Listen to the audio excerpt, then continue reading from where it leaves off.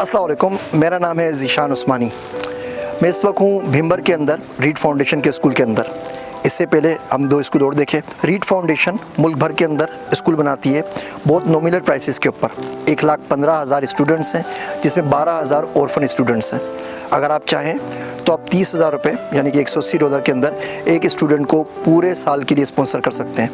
KG class से लेके intermediate तक साइंस भी पढ़ाते हैं, इंजीनियरिंग भी पढ़ाते हैं। बहुत बेहतरीन सेटअप है। पर्पस बिल्डिंग है जिसमें यहाँ पे खड़ा हुआ मैं इस वक्त 11 कैनाल के ऊपर। फिज़िक्स की लैब है, केमिस्ट्री की लैब है, बायोलॉजी की लैब है।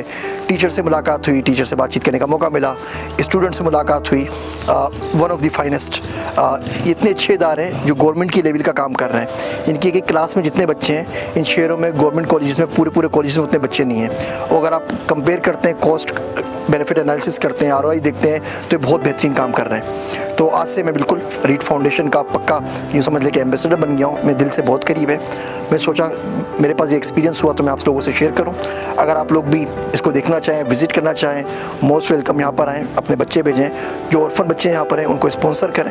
इस कार्य खैर में लोगों का साथ दीजिए ताकि मैं इससे रीड फाउंडेशन के स्कूल पूरे पाकिस्तान में बाकी जगहों के ऊपर खोल सकें। आप सबका शुक्रिया। मैं हूँ आप सबका ज़ीशान उस्मानी।